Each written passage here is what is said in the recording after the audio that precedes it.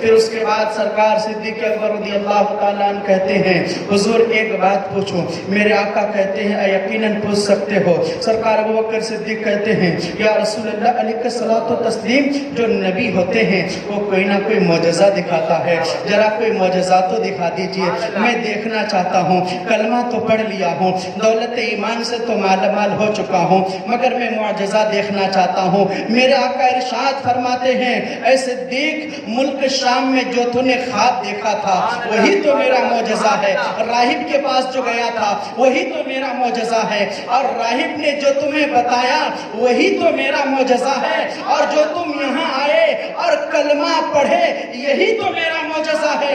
اتنا ہی سننا تھا، صدیق اکبر اور بےتاب ہو جاتے ہیں، نبی کون و مکان کے قدموں سے لپٹ جاتے ہیں۔ عزیزان ملت اسلامیہ، یہ تھے حضرت ابوبکر صدیق رضی اللہ تعالیٰ عنہ، جو تاریخ بتاتی ہے کہ سب سے پہلے آپ دولت ایمان سے مالا مال ہوئے۔ پھر اس کے بعد سرکار ابوبکر صدیق رضی اللہ تعالیٰ عنہ یعنی یار غار کا وہ واقعہ بڑا ہی مشہور و معروف ہے۔